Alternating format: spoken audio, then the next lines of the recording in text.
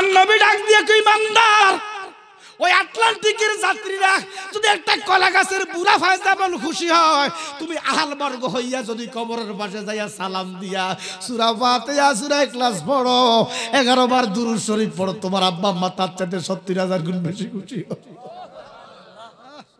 এমন জিয়ারতকে আমার দেশের কিছু মৌলবীরা বেদাত কইয়া বন্ধ করে দিছে।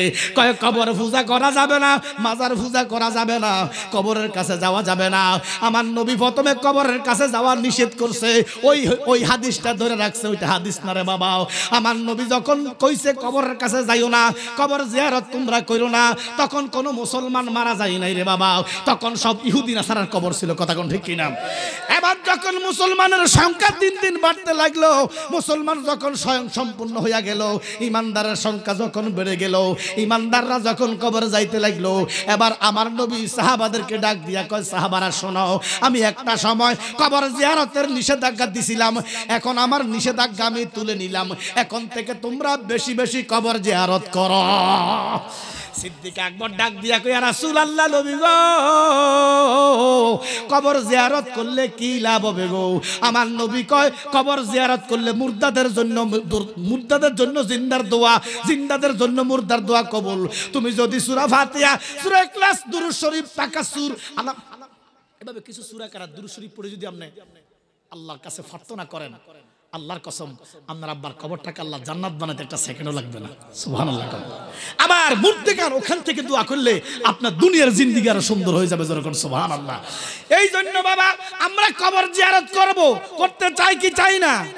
কবর জিয়ারত করা শুধু জায়েজ নয়, শুধু জায়েজ নয়, আমার নবীর সুন্নাহ।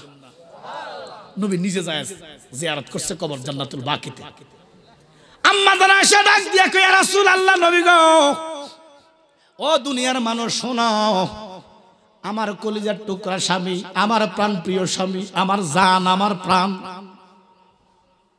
আমার সাথে শুয়ে আছে। হঠাৎ করে রাত্রে 2টা বাজে দেখলাম আল্লাহর নবী আমার পাশে নাই। আমি মনে কষ্ট পাইছি, আল্লাহর নবী আমারে ফালাইয়া কই গেছে। আমি নিজে সান্ত্বনা দিলাম যে আমি তো শুধু একজন নবীর স্ত্রী নয়, নবীর স্ত্রী আর আছে না না। আম্মা জান কয়, আমি মনে মনে ভাবলাম নবীজি হয়তো মা সাফিয়ার ঘরে গেছে, মা হাফসার ঘরে গেছে, মা উম্মে হাবিবার ঘরে গেছে, মা সালমার ঘরে গেছে, মা খাদিজা, যে কোনো একজনের ঘরে হইতে যাইতেই পারে। অনেকক্ষণ আমার মনে বুঝে না, আমি দৌড়াইয়া এক এক কইরা প্রত্যেকের ঘরের কাছে গেলাম, যাইয়া দেখলাম দয়াল নবী কারো ঘরে নাই। আম্মা জান গো, ও আম্মা জান, আপনি তো কারো ঘরের ভিতরে ঢোকেন নাই, দরজা বন্ধ দেখছেন, আপনি কি গায়েব জানেননি গো মা? কেমনে দেখলেন ঘরের ভিতরে নাই? আমার আম্মা জান ডাক দিয়া কয়, দুনিয়ার মুসলমান শোনো, আমি গায়েব জানা লাগবে না, আমার নবী যে এই ঘরের মধ্যে থাকে, ওই ঘরের মধ্যে যেন পূর্ণিমার চাঁদ জ্বলে।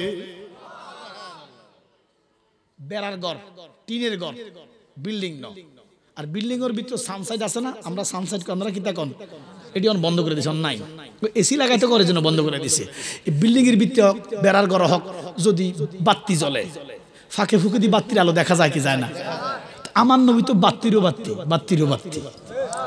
আম্মা জান কয়, নবী যেই ঘরে থাকে ঘরটা আলোকিত হইয়া থাকে। তো আমি যেই ঘরে গেলাম দেখলাম ঘরটা অন্ধকার, তার মানে ওই ঘরে আমার নবীজি নাই। হঠাৎ করে আমার নবীর কান্নার আওয়াজ শুনলাম, আমার নবী কান্দে। আমি কান্নার পিছে যাইয়া দেখতেছি আমার নবী জান্নাতুল বাকিতে যাইয়া কাঁদতেছে। আমি জিজ্ঞাসা করলাম, ইয়া রাসূলুল্লাহ, নবী গো, আপনি কেন গো কান্দেন গো নবী? আমার নবী কয়, আয়েশা, তুমি কি জানো না, আজকে তো এমন একটা রাত, সুবহানাল্লাহ না, আজকে শাবানের 14তম রাত। ও আয়েশা, তুমি জগৎকে জানাইয়া দাও, এই রাত্রে আমার আল্লাহ এমন কিছু বান্দাকে আল্লাহ ক্ষমা করে দিবে। ইয়া রাসূলুল্লাহ, নবী গো, কারে কারে ক্ষমা করবে, কতজনকে ক্ষমা করবে? আমার আয়েশা ডাক দিয়া কই, ইয়া রাসূলুল্লাহ, ইয়া হাবিবাল্লাহ, নবী গো, আল্লাহ কেমন লোককে ক্ষমা করে দিবে গো? আমার নবী কয়, শোনো, বনি সালেমের তারা ছাগল ফালে, মেষ পালে, ছাগলের গায়ে পশম আছে না নাই? আয়েশা, বনি সালেমের গোত্রে তারা শুধু ছাগল পালন করে, মেষ পালন করে, কয়েক লক্ষ ছাগল আছে তাদের গায়ে, তাদের গোত্রের ভিতরে আমার দয়াল নবী বলতেছে তুমি জানিয়ে দাও এই বনি সালামের গোত্রের ভিতরে যত ছাগল আছে, ছাগলের গায়ে যত ফসম আছে, আমার আল্লাহ অত বান্দাকে আজকে মাফ করে দিবে। এমন একটা অথেন্টিক হাদিস আছে, তারপরে এরা সহবারাত মানতে নারাজ। কথা কোন ঠিক কিনা? আরে বেটা, একটা কথা আছে না, হালুয়া রুটি যে বানাই আমরা, এটির মধ্যে মনে করেন অনেক সময় অনেকে রুটি বানায়, যে হালুয়া বানায় যে ঘি দেয়, ঘি কথা কয় না, ঘি দেয় নিও তো কার ফেটো না বলে ঘি হজম হয় না, তো এটা খাইব কেমন?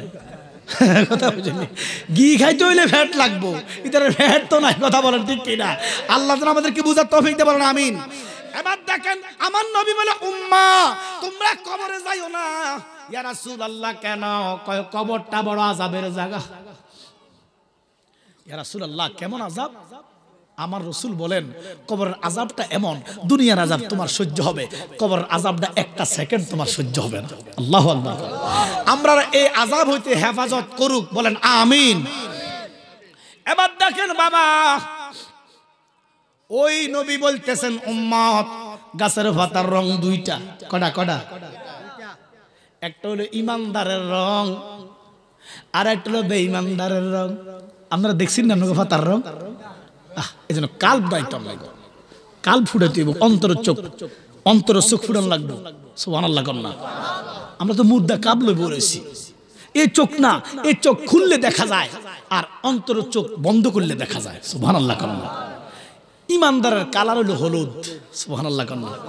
এজন্য হলুদ ফুলকে প্রশ্ন করি রংটি কোথায় পেলে, হলুদ ফুল হেসে বলে নবীর ত্বক মুবারকের কথা বলে, তাই হলুদ ফুলকে বাগান থেকে তুলে গাঁথলাম মালা, মনের সুখে সাজাবো তোমায় সকাল সন্ধ্যা বেলা।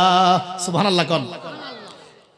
ইমানদারের ফাতাটা হলুদ, আজরাইল তো বসে থাকে, ফাতাটা যেখানে ধরে ওখান থেকে গোড়া হোক আগা হোক ফুটতে 40 দিন 40 রাত লাগে টেবিলে আসতে।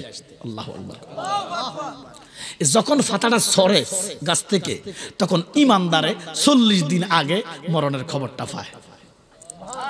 যারা মুমিন 40 দিনের দিন আল্লাহ তাদেরকে মরণের খবর বুঝাইয়া দেয় যে তুমি আর বেশি দিন দুনিয়াতে থাকতা না। দেখবেন এই জন্য বয়োজ্যেষ্ঠ মুরব্বীরা আশেকরা বিদায় নিয়ে নিতে পারে। বেঈমানদার খইতেও পারে না, খবরও নাই। আচ্ছা বেঈমানটা আমি পরে, আমরা বেঈমান না, আমরা ইমানদার। মা কথা কোন ঠিক কিনা? ইমানের কথা বলি। দেখেন ফাটাটা জড়তে জড়তে জড়তে জড়তে আজরাইলের টেবিলের সামনে যখন কালারটা হলুদ দেখে আজরাইল ডাইন হাত দিয়া ধরে। সুবহানাল্লাহ। ডাইন হাত দিয়া ধরে একটা সুমা দেয়, বাপের নাম অমুকের নাম গ্রাম, আজরাইল চিনে নিও। এবার আজরাইলের হাত যখন ফাতার মধ্যে লাগে, ইমানদারের মরণের জ্বালা ছুটে যায়, মরণের যন্ত্রণা ছুটে যায়। নিজে নিজে জামা কাপড় খুলে ফেলে ইমানদার নিজে নিজে শুয়ে যায়। ভালো লাগে না, মরণের জ্বালা অনেক জ্বালা, মরণের জ্বালা দুনিয়ার জ্বালা, সমস্ত জ্বালা, দুনিয়ার সমস্ত জ্বালা যন্ত্রণা যদি একদিকে রাখেন, মরণের জ্বালা যদি একদিকে রাখা, ও দুনিয়ার মানুষ মরণের জ্বালার সমান হবে না। এই জন্য আমার নবীর কাছে একদম, আমার নবীর কাছে সাহাবারা জানতে চাইল, ইয়া রাসূলুল্লাহ সবাই কি মরণে কষ্ট পাইব? আমার নবী কয় সবাই মরণে কষ্ট পাবে সত্যি, তবে একদল কষ্টটা বুঝবে, আরেক দল কষ্টটা বুঝবে না। সুবহানাল্লাহ কন্যা। কষ্ট হইব ঠিক, কিন্তু কষ্টটা অনুভব হবে না। ইয়া রাসূলুল্লাহ নবী গো কষ্টটা কেন অনুভব হবে না? আমার নবী রাহমাতুল লিল আলামিন। এবার আপনারা সবাই বলেন, আমার নবী কি সৃষ্টি না স্রষ্টা? সবাই জোরে বলেন। সৃষ্টি। নবীজি কি স্রষ্টা? কে? আমার নবী মাখলুক, খালেক কে? বাস, কোনোদিন আর শিরক হবে না। এরা বলে আমরা নবীরে ইজ্জত দিতে দিতে দিতে দিতে আল্লাহর উপরে লই যাই। নাউজুবিল্লাহ। কি আমরা কি নবীর আল্লাহ কই? আল্লাহর উপর আছেও। দেখেন একটা জিনিস, পুকুরের মধ্যে অনেক সময় কুচুরি ফেনা হয়, হয় না? লম্বা ডান্ডাওয়ালা, আপনারা ঠিক তা কোন ফেনা কোন না? আচ্ছা পুকুরে ফানে যদি 10 হাত থাকে, ফেনা কয় হাত উপরে? আমার কথা বুঝতেছেন? ফেনা কি ফানির নিচে না উপরে? ফানি 10 হাত। ফানি 20 হাত, ফানি 100 হাত, ফানি আসমান পর্যন্ত। আচ্ছা ফেনারে কি ফানি নিচে ঢুকাইতে পারে? আল্লাহ এমন এক জায়গায়, আল্লাহকে ওয়ারাফান আলাকা যিকরাক, তোমরা আমার নবীর ইজ্জত দাও, ইজ্জত দিতে থাকো কিয়ামত পর্যন্ত, আল্লাহ পর্যন্ত উঠানো সম্ভব না। আল্লাহ তো আল্লাহ, নবী তো নবী, নবীর সৃষ্টি, আল্লাহর স্রষ্টা। জোরে কোন সুবহানাল্লাহ। আচ্ছা এখন আল্লাহ বলতেছে কুল্লু নাফসিন যায়কাতুল, সমস্ত সৃষ্টি মরণের স্বাদ নিব। এবারে বলেন এই যে ওহাবিরা কয় নবী মরে গেছে, না না দলিল তো কোরআনে আছে। এখন তো কোরআন বুঝ দিব, কোরআনে 2টা দলিল আছে নবী মারা গেছে। এখন কি করবেন আপনি? আপনি কি কোরআন মানেন না? আমার সাথে একটু কথা বললে ভালো লাগবে। কোরআন মানেন না তো কোরআনে কয় কুল্লু নাফসিন যায়কাতুল, সমস্ত সৃষ্টি মরণের স্বাদ নিব।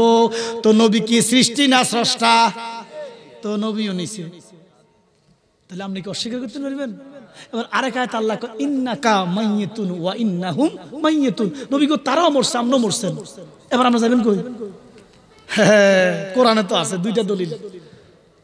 এরা কথায় কথায় কোরআন আয়াত বলে, কিন্তু এরা কোরআন বলছে ঠিক, কোরআনের মর্ম বাণী এরা বোঝে না। আল্লাহ কি বুঝাইছে, তুমি কি বুঝছো দেখো। এখন আল্লাহর নবীর কাছে আল্লাহ আজরাইলকে ফাটাইতেছে, আজরাইল আমার বন্ধু তো সৃষ্টি, আমি তো ডিক্লার দিছি, আমি ঘোষণা দিছি। এখন নবী যদি না মরে, নবী যদি মৃত্যুর স্বাদ না নেয়, নবী যদি রুহু জমা না দেয়, তো আল্লাহ মৃত্যু হয় কি হয় না? আল্লাহ বলছে সবাই রুহু জমা দেওয়া লাগবে। তো নবী সবার ভিতরে না? নবী কি সৃষ্টি না?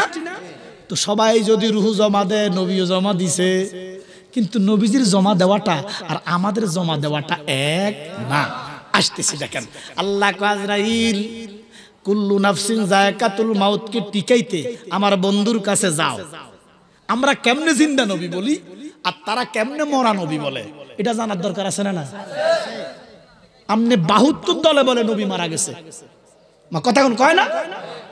তো আমরা কেমনে জিন্দা নবী ভাইলাম, যেখানে কোরআনে 2টা আয়াত, 2টা আয়াতের পরে নবী কেমনে জিন্দা জানার দরকার আছে না নাই? আল্লাহ কয় আজরাইল, ও আজরাইল গভীর মনোযোগ, তুমি আমার বন্ধুর কাছে যাও, আগে আমার সালাম দাও। সালাম দিয়া যাইয়া কও যে বন্ধু গো, আপনি তো 63 বছরের জন্য মুজিজাতান মানুষ হিসেবে এসেছেন। নবীজি মানুষ, তবে মুজিজাতান মানুষ, আমাদের মতো মানুষ না। শুরুতে মানব, মানবকে হেদায়েতের জন্য মানব বেশে এসেছেন। আরবের দেশে মানবের বেশে নবীদের সেরা নবী এসেছে, ঠিক কি না? মানুষ না, মানুষের মতো। সুবহানাল্লাহ। আল্লাহ কয় আজরাইল, নবীজি যে মানব বেশে মানবের মতো গেছে, আল্লাহর নবী তো সৃষ্টি। এখন আমি তো ওয়াদা দিছি সৃষ্টি রুহু জমা দিবে। এখন আমার নবী যদি রুহু জমা না দেয়, আমি আল্লাহর কথা তো মিথ্যা হইয়া যাইব। এবারে তুমি আমার বন্ধুর কাছে যাও, আমার বন্ধুর কাছে যাই আগে সালাম দাও। সালাম দিয়া কয় নবী গো, আপনি তো 63 বছরের জন্য এসেছেন, আপনি কি আর থাকতে চান? যদি থাকতে চান, আল্লাহ কিয়ামত পর্যন্ত থাকতে পারবেন।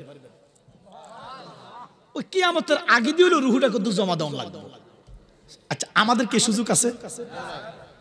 আল্লাহ আজরাইল আমার বন্ধুর কাছে যাও, আমি আল্লাহর সালাম দিয়া কও 63 বছর তো শেষ, আর যদি 63 বছর 1000 বছর 63,000 বছর থাকে, কিয়ামতের আগ পর্যন্ত যদি থাকে, আমি খোদার পক্ষ থেকে কোনো নিষেধ নাই। আবার যদি চলে আসতে চায়, এখানেও আমার কোনো নিষেধ নাই। এবারে আজরাইল শোন, আমার বন্ধুর মরণটা হইব বন্ধুর মর্জি। আল্লাহু আকবার কোন না কা? আর আমাদের মরণটা কার মর্জি? সমস্ত সৃষ্টির মরণ হলো আল্লাহর মর্জি, আমার বন্ধুর মরণ হলো বন্ধুর মর্জি। ঘোষণা কার? এবারে আজরাইল রওনা দিছে। আজরাইলের বাড়ি হলো লামকামে, একটা কদম দিছে একদম চতুর্থ আসমানে। আল্লাহ কয় দাঁড়াও, আজরাইল দাঁড়াও। আল্লাহ কয় আজরাইল দাঁড়াও। আজরাইল ডাক দিয়া কয় মালিক আমারে কেন ডাক দিলেন? বলে আজরাইল রে, তোর যে বিকট চেহারা রে আজরাইল, এই চেহারা লইয়া আমার বন্ধুর কাছে যাইস না।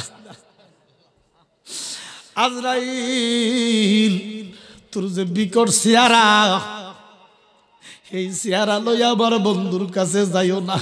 আজরাইল ডাক দিয়া কয়, মালিক আমি যদি এই চেহারা লই যাই তোমার বন্ধু কি ভয় ভাইব?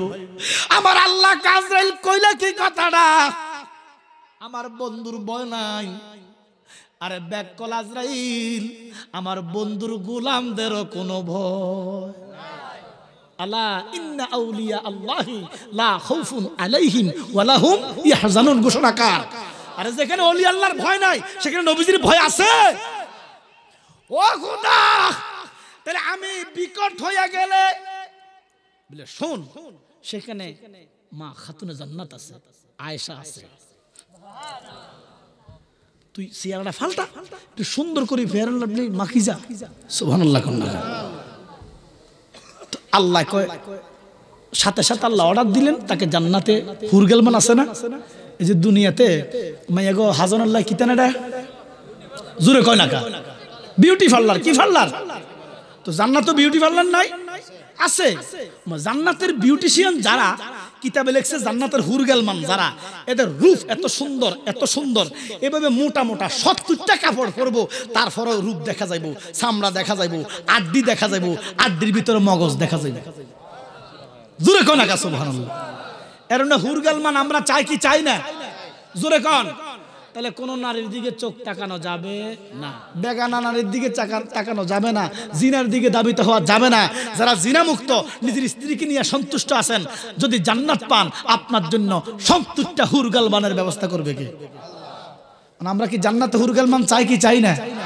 এবারে যখন আপনি জান্নাতে হুরগেলমান পাইছেন, 70 জন আপনার জন্য অপেক্ষা করতেছে, আপনি তো মহা খুশি, 70টা হুরগেলমানের কাছে আপনি যাইবেন। এমন টাইমে আপনার স্ত্রীও যদি ভাগ্যক্রমে জান্নাতি হয়, নারীর জন্য 70 জন পুরুষ হুর, পুরুষের জন্য 70 জন নারী হুর রাখছে কে? এখন আপনি যদি বেহস্ত পান, আপনার স্ত্রী যদি বেহস্ত পায়, এখন আপনি যাইতেছেন হুরগেলমানের দিকে, পিছন দিয়ে আপনার এবারে ডাক দিব, ও রহিমের বাপ কইও। এবারে কি আমার রহিমের বাপ কইয়া ডাক দেখে না, কণ্ঠটা তো সিরা সিরা লাগে। এবার সাইতো না, হ্যাঁ সিনার টাইম নাই, আমি হুরগেলমানের কাছে যাইতেছি, এবারে দৌড়ে এবার রান্না করে দিব। সরকন্যা সুবহানাল্লাহ। আল্লাহ কইব স্ত্রীর মধ্যে কালো একটা বোকরা ফরা দিব, ও রহিমের বাপ কই যান? বলে তুমি যাও, তোমার আমি চিনি না, আমি হুরগেলমানের কাছে যাবো। বলে আপনি হুরগেলমানের কাছে যান আর জিডাই করেন, আমার অসুবিধা নাই, আপনি আমার কদ্দুর চান না, একটাবার আমার দেখেন না, আমার দেখিয়া এরপর আপনি যান, ভালো না লাগলে যেরকম সুবহানাল্লাহ। আপনার লাই 70টা রাখছে, আমার লাই তো 70 জন আছে, আপনি আমার একটু দেখতে, তোমার তো 50 বছর দেখছি, বলে আজকে একটু দেখেন না, এবারে জন কালা বোরকা খুলে দিব। আল্লাহ কয় 70 জন হুরগেলমানের ভিতরে যত রূপ, যদি স্বামী স্ত্রী জান্নাতি হয়, স্ত্রীর ভিতরে 70 জনের চেয়ে বেশি রূপ দিয়ে দিব। এবারে কবে যে আমার 70 জন লাগতো না, তোমার আইলে সুবহানাল্লাহ। এবার দেখেন বাবা, আল্লাহ আজরাইল জান্নাতে ঢোকাও, আমি হুরগেলমানদেরকে বলে দিচ্ছি, তুমি রাসূলুল্লাহর কাছে যাইবা, তো নবীজির দরবারে যাইবা, সাজুগুজু করে যাও, একটু ফ্রেশ হইয়া যেভাবে উত্তম একটা লেবাসে যাও। এবারে আল্লাহর আজরাইল সাজুগুজু করলেন, নবীজির ঘরের দরজা টোকা দিলেন। আল্লাহ আজরাইল আমার বন্ধুর অনুমতি না নিয়া ঘরে ঢুকিও না, আমার বন্ধুর অনুমতি না নিয়া ঘরে ঢুকিও না আজরাইল, আমার বন্ধুর লাগে কোনো বেয়াদবি করিও না। আমি সব সহ্য করতে পারি, আমার বন্ধুর লগে বেয়াদবি সহ্য করতে পারি না। ও খারাপের মুসলমান, একটা জিনিস আঙ্গুল দিয়া দেখাইয়া দেয়, ফেরেশতাদের সরদার ছিলেন, 17.5 লক্ষ বছর বন্দিগি করলেন, কিতাবের মধ্যে লিখলেন তার বন্দিগি গুলা যদি, নামাজের সেজদা গুলা যদি ছড়িয়ে ছিটিয়ে দেওয়া হয়, আল্লাহর দুনিয়াতে জায়গা হবে না। এত সেজদা দিছে কারে? ওরে 9 লাখ বছর ইবাদতে মাকরুমে না লতিফায়, আদম সেজদা না করিয়া তার নামাজ বিফলে যায়, ঠিক কি না? এত বড় ফেরেশতার সরদার 9 লক্ষ বছর নামাজ পড়ছে কার? একটা বেয়াদবি করছে কার লগে? আদমের লগে, যেরকম কার লগে? আদম সেজদা না করিয়া মকরম গেল ইবলিস হইয়া, ঠিক নি? আদম সেজদা না করিয়া মকরম গেল ইবলিস হইয়া, লানতের হার গলায় লইয়া, লানতের হার গলায় লইয়া জান্নাত থেকে বাহির হয়।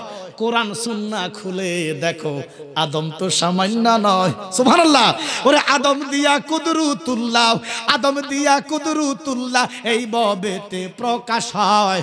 কোরআন সুন্নাহ খুলে দেখো আদম তো সামান্য নয়। কথা বলো ঠিক কিনা? এবার ইবলিস হয়ে গেল আদমের লগে বেয়াদবি করার কারণে।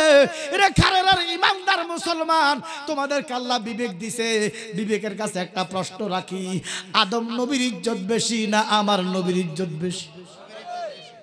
আওয়াজটা তো হইল না। সবাই জবান খুলে বলেন, কি আদম নবীর ইজ্জত বেশি না আমার নবীর ইজ্জত বেশি? ভালো লাগার জায়গা মদিনা, ভালোবাসার জায়গা মদিনা, ভালো লাগার ভালোবাসার জায়গা, এত সুন্দর জায়গা কোথাও পাবি না, ঠিক কি না? সাজিয়েছেন শাহে রাব্বানা, ভালোবাসার জায়গা মদিনা। এবার আপনারা উচ্চ আওয়াজে বলেন, কি আদম নবীর ইজ্জত বেশি না আমার নবীর ইজ্জত বেশি? আরে আদম হইতো না যদি আমার নবী না হইতো। সুবহানাল্লাহ। কন্যা আবু হুরায়রা নবীরে প্রশ্ন করে, ইয়া রাসূলুল্লাহ, নবী গো, মাতা কুনতা নবিয়া, আপনি কখন থেকে নবী? সুবহানাল্লাহ। কন্যা আমার যদি প্রশ্ন করে জালালি সাহেব, আপনি কখন থেকে ওয়াজ করেন? প্রশ্ন করতে পারে না? আমি বলবো আমি 2001 সাল থেকে ওয়াজ করি। এবারে আবু হুরায়রা কয়, নবী গো, মাতা কুনতা নবিয়া, আপনি কখন থেকে নবী? আমার নবী কয়, কুনতু নবিয়া। সুবহানাল্লাহ। কন্যা আমার নবী কয়, আমি তখন থেকে নবী, কুনতু নবিয়া ওয়া আদামু বাইনার রূহি ওয়াল জাসাদ। সুবহানাল্লাহ। কর আমার নবী বলে, আদমের যখন অস্তিত্ব নাই, আগুন নাই, মাটি নাই, পানি নাই, বাতাস নাই, আসমান নাই, জমিন নাই, চন্দ্র নাই, আরশ নাই, কুরসি নাই, আল্লাহু আহাদুন লাম ইয়াকুন মাহু শাই, আল্লাহ আল্লাহ, আর কেহ নাই। আমার নবী ডাক দিয়া কয়, তখন আমি নবিউল আম্বিয়া।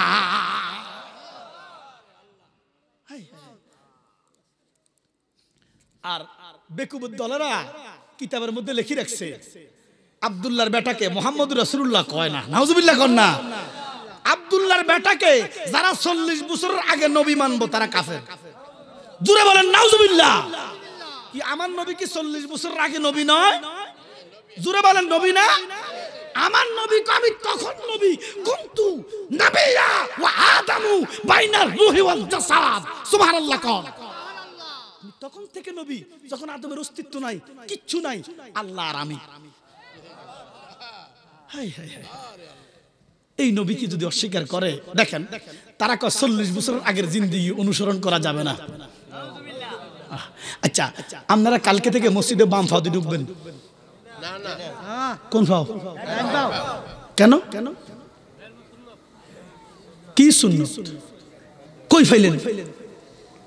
বাম পাও কা দিছে কে? ডাইন ফাও দিছে কে? তো বাম পাও কেন দিবেন না? ডাইন ফাও কেন দিবেন? 40 বছরের আগের নবীর কর্ম অনুসরণ করতেন না, তাহলে বাম ফাও দিবেন, ডাইন ফাও কেন দেন? দেখেন নবীজি যখন নূরের, আমরা খারাপ লাগতেছে, আমি গত মাসখানেক আগে আসছিলাম, রাস্তার মনে দক্ষিণ পাড়া নাকি কোন পাড়া জানি, এত ভালো মাইক পাইছিলাম, আজ যা তাকে মাইকটির কোনো তালে হইতেছিলাম, তো হে মাইক হলে কাম তো হেডানো। সেদিন ভালো হয়েছিলাম, আজকে তাকে সাউন্ড সিস্টেম খারাপ, আগে দম লাগতো না। আচ্ছা শোনেন, দূরে সরে পড়েন, আল্লাহুম্মা সাইয়্যিদানা মাওলানা মুহাম্মদ ওয়া আলা সাইয়্যিদানা।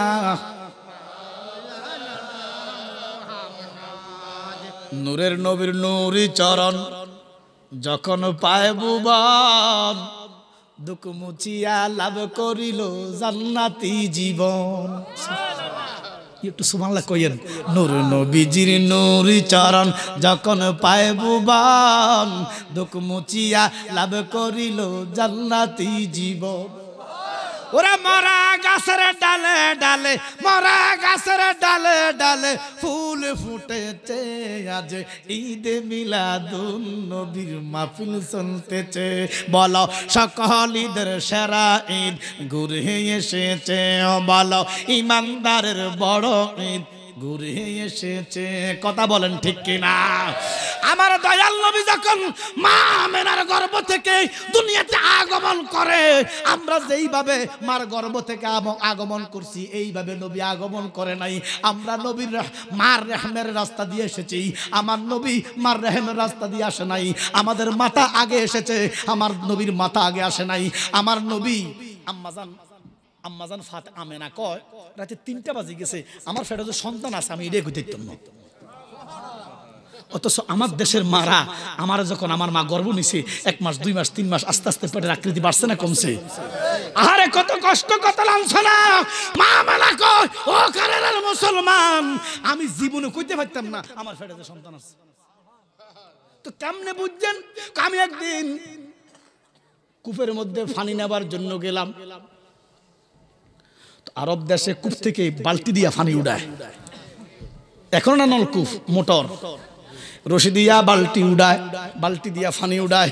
এবারে আমি যখন পানির কাছে গেলাম, পানির থেকে আওয়াজ আসতেছে, আমেনা গো আপনি রশি ধরেন না, আপনি বালতি ধরেন না, পানি পানি কয়। আমেনা আমি আশ্চর্য হয়ে গেলাম। পানি ডাক দিয়া কমে না, আপনি রশি ধরেন না, আপনি বালতি ধরেন না, কারণ আপনি রাহমাতাল লিল আলামিনের মা। আপনি শুধু কলসিটা আপনি ফাতেন, আমরা পানি উড়িয়ে আপনার কলসে ঢুকে যাই। আরবের মেয়েরা কয় আমেনা আজ থেকে তুমি আগে পানি নিবা না, কারণ তুমি পানি নিলে পানি নিচে যায় গই, তোমারে দেখাইয়া দেখাইয়া আমরা মাইয়ারা পানি নিব। আমি যাই দিকে তুতু মারি মেশকো জাপানের গন্ধ, সুবহানাল্লাহ। এবার আম্মা জানা আমেনা কয় রাতের যখন 3টা বাজে আমি দেখলাম আমার চতুর্দিকে 4 জন মহিলা, সুবহানাল্লাহ কন্যা, নূরের মতো জলজল করে জ্বলতেছে। কেউ আমার হাত টিপতেছে, কেউ আমার মাথা টিপতেছে, কেউ ভাও টিপতেছে। আস্তে আস্তে সময় গুনিয়ে এসেছেন। এত সুন্দর মহিলাদেরকে দেখি আমার ঘুম আসে না। এবার আমি রাতের 3:30 যখন 4টা বাজে গেছে, আমি একটা মোরামুরি দিছি। ঘুমের মধ্যে আমরা মোরামুরি দেই না? দেখবেন আপনি ফ্যান্ট ফরেন, লুঙ্গি ফরেন, কাপড় ফরেন, মোরামুরি দিলে লুঙ্গি বা কাপড় একটু নামে। আমার কথা কয় না কা? আম্মা জানা আমেনা কয় আমি যখন মোরামুরি দিছি আমার কাপড়টা নাভি থেকে একটু নামছে। আল্লাহর বন্ধু দুনিয়াতে ডাইল কদম আগে দিয়া ভালাইছে। আমি দেখতেছি আমার ছেলের কদম ডাইন কদম জমিনে মৌজা মুবারক, নূরের মৌজা মুবারক পরিহিত। এবার জগতের মানুষ আমার আল্লাহ ডাক দিয়া কয় নবী গো আপনি ডাইন কদম মুবারক দিছেন, একটু অপেক্ষা করেন, একটু অপেক্ষা করেন। বলে কেন গো? বলে আপনি যে কত মহান, আপনার যে কত শান মহান, এটা আমি পরে বুঝাই, আগে আপনার কদমের ইজ্জতটা বুঝাই। বলে কেমনে? বলে বনি ইসরাইলের উম্মতেরা নির্দিষ্ট জায়গা ছাড়া নামাজ পড়ার ক্ষমতা ছিল না। নির্দিষ্ট একটা জায়গা যায় নামাজ পড়তো, বাইতুল মুকাদ্দিসে পড়তো বা যে কোনো একটা নির্দিষ্ট জায়গায় পড়তো। কিন্তু আপনার উম্মত হবে বেশি, বেশি না? বেশি না? নবী গো আপনার ডাইন কদম মুবারক জমিনে দিছেন, আপনার ডাইন কদমের ছোঁয়া লাগছে। আপনার উম্মতের জন্য আপনার ডাইন কদমের খাতিরে তামানটা দুনিয়া মসজিদ বানাইয়া দিলাম। এই জন্য ডাইন কদম মসজিদে দিতে হইব, সুবহানাল্লাহ। এবারে 40 বছরের আগের কর্ম মানা যাবে না। যদি মানা না যায় বাম পাও দি ঢুকিস, আল্লাহর গজব পড়বে। কথা কোন ঠিক কিনা? হাই হাই রে কেমন নবী, কেমন নবী, কেমন নবী ভাইলা বাজানো। আমার নবীর শান আল্লাহর দরবারে কত মহান। আজরাইল এবারে মা দরাল নবীর ঘরের দরজায় গেলেন, অনেকক্ষণ দাঁড়াইছে, টোকও দেয় না। সুবহানাল্লাহ কন্যা। নবীজি ঘামতেছে, আম্মা জান আয়েশা নবীজির ঘাম মুছে দিতেছে, এরপর মা ফাতেমা হাসান হোসেনকে ডাকছে, তোরা কই রে? আসছে নবীজি দিচ্ছে মা ফাতেমা, মা আয়েশা, এভাবে আল্লাহর হাবিবের পাশে নবীজির হালবর্গ বসে বসে আমার নবীজির ঘাম মোবারক মুছে দিতেছে, নবীজির চোখ মোবারকের পানি যেতেছে। এবার নবীজিকে ফাতেমা দেখেন, ফাতেমা গো তুমি কান্দো না, আমার পরে জান্নাতের মধ্যে তোমার কদম সর্বপ্রথম। পৃথিবীতে আমি রাসূলের কদম পড়ার পরে যদি জান্নাতে কোনো কদম পড়ে সেটা ফাতেমা তো জোহরার কদম। ও বাবা, যেই নাতিগো জন্য কোথাও যাইতেন না, কোথাও গেলে কিছু আনতেন, নাতিরা কলেজের টুকরা, আমনে যে চলে যান নাতিগর কার কাছে দিতে? আমার নবী হাসা কয় ফাতেমা আমার নাতিগর যাবি না আমার আল্লাহ। ফাতেমা একটা মেহমানায় খাড়া রয়েছে ঘরের দরজা, জানছে আজরাইল কিন্তু ডাক দেয় নাই, টোকাও দেয় না, আল্লাহ নিষেধ করছে। আল্লাহ কয় খবরদার, আমি বেয়াদবি সহ্য করি না। যেটা বলতেছিলাম কি আদম নবীর ইজ্জত বেশি না আমার রাফুর রহিমের ইজ্জত বেশি? একটা যদি মানে কুত্তার গু না থাকে আর কি মাথাত, অনেকের মাথাত কিন্তু কুত্তার গু আছে। সিম্পল হিসাব, একটা সিম্পল 1+1 কত কি কথা কয়, এটা কি মাস্টার ডিগ্রি পাস করা লাগবে?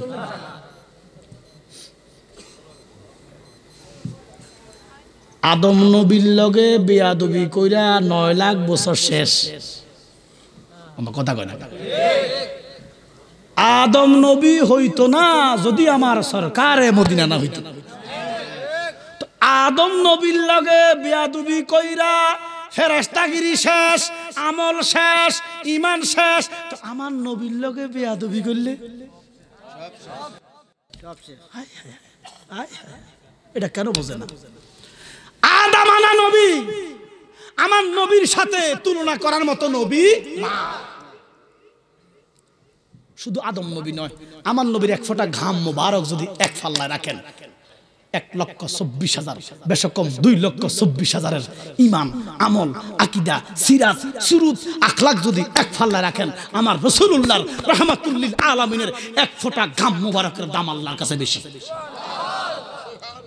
আদম নবীর সাথে বেয়াদবি কইরা যদি ফেরেশতাগিরি নাই, 9 লাখ বছরের ইবাদত নাই, আমার রাসূলের সামনে বেয়াদবি করলে মুসলমানি আছেও?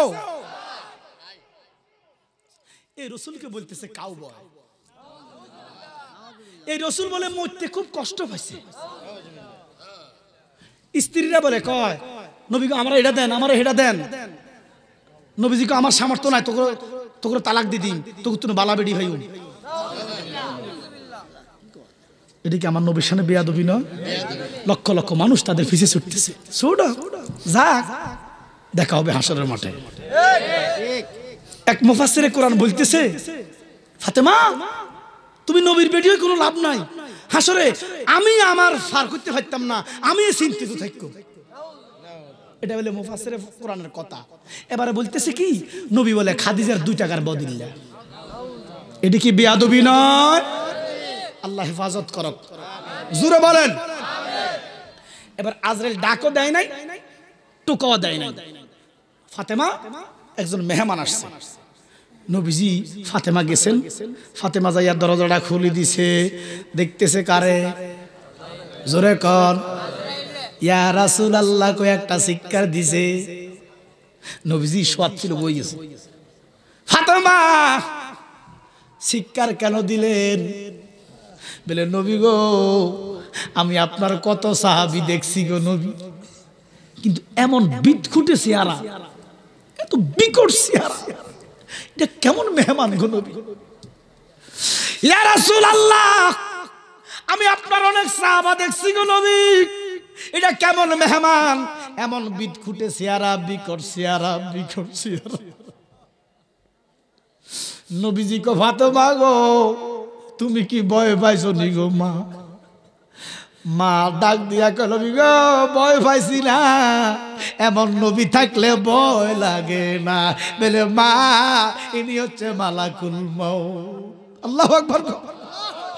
ফাতেমা ডাক দিয়া কয় নবী গো এটা যদি মালাকুল মউত হয় আমি ডিক্লার দিলাম আপনার একটা উম্মত ঈমান নিয়া কবরে যাইতে পারবে না।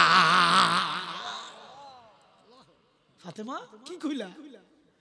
এই তো মালাকুল মউত বলে এই বিকট চেহারা যদি উম্মতে দেখে কালেমা পড়ার আগে কলিজা ফেটে যাবে। এখন আমার প্রশ্ন হলো আজরাইল কি আল্লাহ মানে না? জোরে কর। তো আল্লাহ না কোন সুন্দর হই যা মা কথা কয় না। বিউটি পার্লারের পাশে এক ভগিনী বেড়ি ভিক্ষা করে আর কি, মুরব্বী ভগিনী বেড়ি। এই বেড়ির কাছে এক সাংবাদিক গেছে। তো এবারে এবারে বলতেছে ইয়ো বাবা আমার একটা দুঃখের কথা। বলে কিতা? বলে আজকে 20টা বছর এই গড়টার সামনে আমি ভিক্ষা করি। গড়টা কিতা? এটা একটু কথা কয় না বাবা। এই 20টা বছর আমি এই গড়টার সামনে ভিক্ষা করি, যে যে মাইয়া গাড়ির ভিতরে ঢুকে এটার বাইরে দেখি না, কই যায়? কথা বোঝেন না? বেড়ি তো সরল মানুষ, সোজা মানুষ। আমি 20 বছরের ভিতরে যে মহিলাগারে ঢুকতে দেখছি এই মহিলাগার বাইর হয় না। রূপ পাল্টাইলে না কথা কেন পাল্টায় না? আরে আগে বিয়ের মধ্যে মাইয়াগো কাঁদা মাছা চিরা, একবার দাদার গলাত, একবার দাদির গলাত, একবার মার গলাত, একবার বড় ভাইয়ের গলাত। তোমার কথা কয় না কা? অন মাইয়া কাঁদে না, মাইয়ারও না আছে আমার বিয়ে, শরম মরম সব গেছে। কথা কোন ঠিক কি নাও? আফসোস। আরে কানবো কেমনে? কানলে না হিন্দি ড্রেন, হিন্দি ড্রেন। যুবকর গোষ্ঠী বিয়া করতে সাজিদি করে ভালো করে কিন্তু। হ্যাঁ শোনো, একটা কথা বলি, গুরুত্বপূর্ণ কইতাম নি। আমাদের জীবনে বিবাহ একটা শ্রেষ্ঠ কাজ। তোমার কথা কয় না কা? এটা ফরজ আবার সুন্নত। নবীজিকে মান তামাসসাকা, আল্লাহু আকবার কন্না, মান তারাকা ফালাইসা মিন্নি। নবীজিকে সুন্নতটা যে ছাড়বে সে আমার উম্মত না। সুবহানাল্লাহ কন্না। এত বড় একটা সুন্নত আবার এটা ফরজ। আল্লাহ কয় বন্ধু আপনি শাদী করেন। নবীকে কেন? এটা সৃষ্টির সিফাত, স্রষ্টার সিফাত, একাকিত্ব, সৃষ্টির সিফাত সঙ্গীলে থাকবো। সুবহানাল্লাহ কন্না। এই জন্য বিয়া করবা, একের অধিক হইবা।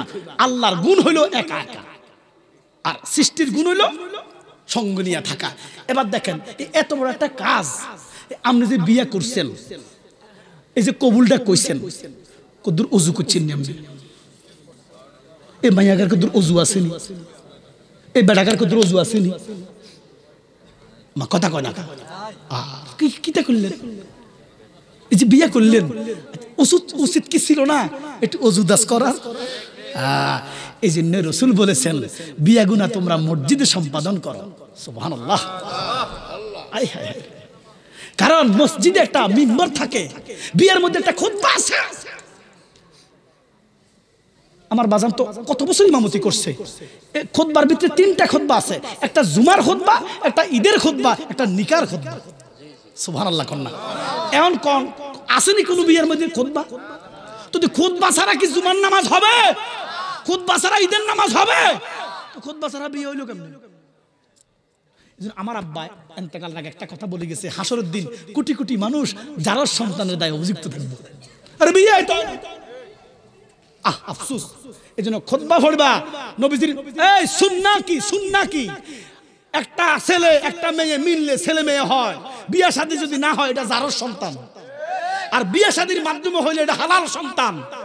তাহলে দিছি তো দুটোটা আল্লাহ, একটার মধ্যে নবীর সুন্নত আছে, একটার মধ্যে নবীর সুন্নাহ নাই। এই জন্য বিয়াগুলা করতে একটু হুঁশদিস করে করিস রে বাবা। ইমাম সাহেবরে বলবা জোর খুতবা পড়ান, বিয়ার খুতবা পড়ান, উঠানের মধ্যে হোক না, উঠানের মধ্যে একটা খবরদার মিম্বর ছাড়া খুতবা পড়া যাবে না।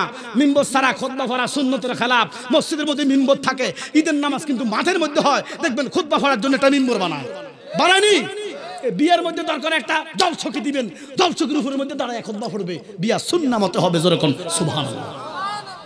এখন প্রশ্ন হলো আজরাইল কি আল্লাহ মানে না? আল্লাহ কইছে আজরাইল একটু মেকআপ করিস, মানে চেহারাটা কিতে করতে একটু সুন্দর করে যাইস, নলে ফাতেমা বয় পাইবো, হাসান হোসেন বয় পাইবো, আয়েশা বয় পাইবো।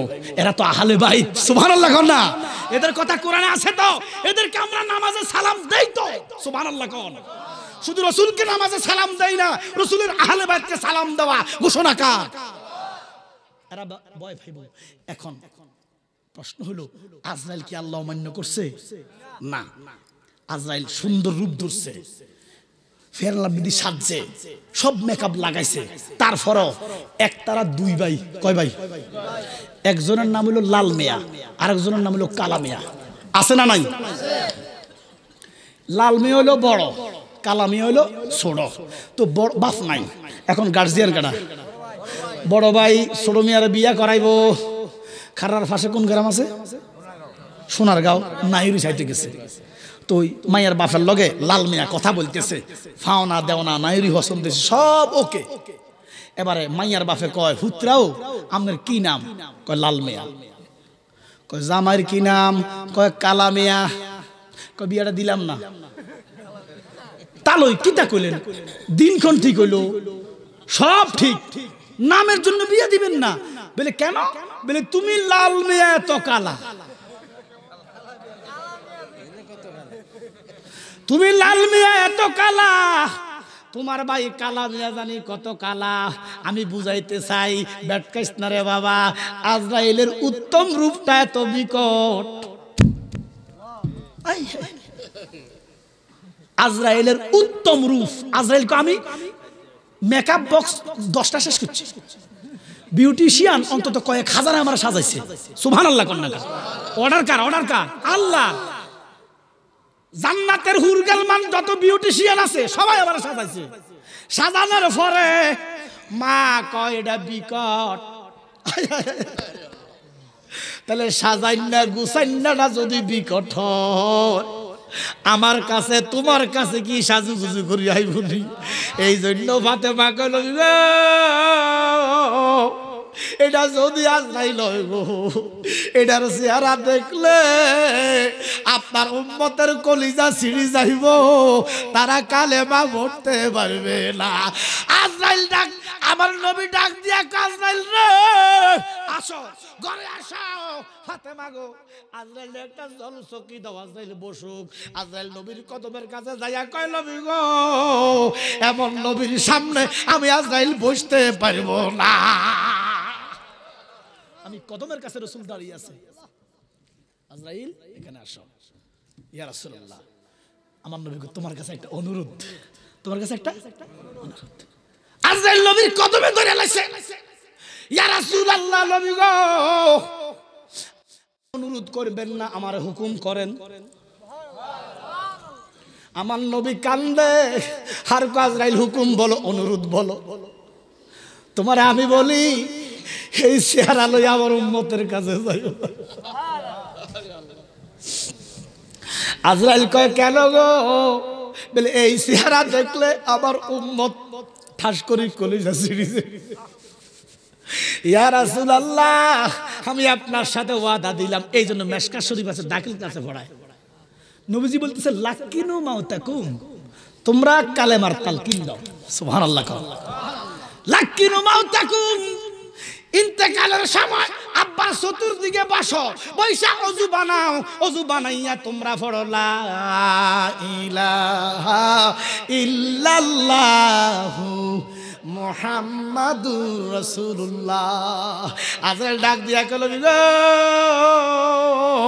ইয়া রাসূলুল্লাহ, আমি ওয়াদা দিলাম, যদি আপনার উম্মতের চতুর্দিকে কালেমার শব্দ শুনি গো, আমি বিকট বিরাট হইয়া যাইতাম না। আমি ওয়াদা দিলাম, তার আপন জনের সুরুত, মার সুরুত, বাবার সুরুত ধরে যাবো। এবার আজরাইল যখন ওই ফাতার মধ্যে ধরে, খেয়াল আসেনি? ইমানদারের মরণ, ইমানদারের মরণের জ্বালা ছুইটা যায়। আজরাইল আসমানে মাথা, জমিনে ভাব। দেখবেন মরার টাইমে বাবা এই বড় বড় চোখ দিয়া চাইনি, চাইনি, আসমানে জমিনে ভাও। আব্বা কান্দে, আওয়াজ হয় না। এমন টাইমে একজন ফেরেশতা আব্বার কাছে আসে আজরাইলের আগে, আইসা আব্বারে সালাম দেয়, আব্দুর রহমান, আমারে চিনুনি বলে না। বলে জীবনে দেখি নাই। বলে দেখবা কেমনে, আমি তো অদৃশ্য ফেরেশতা। বলে কি করছো?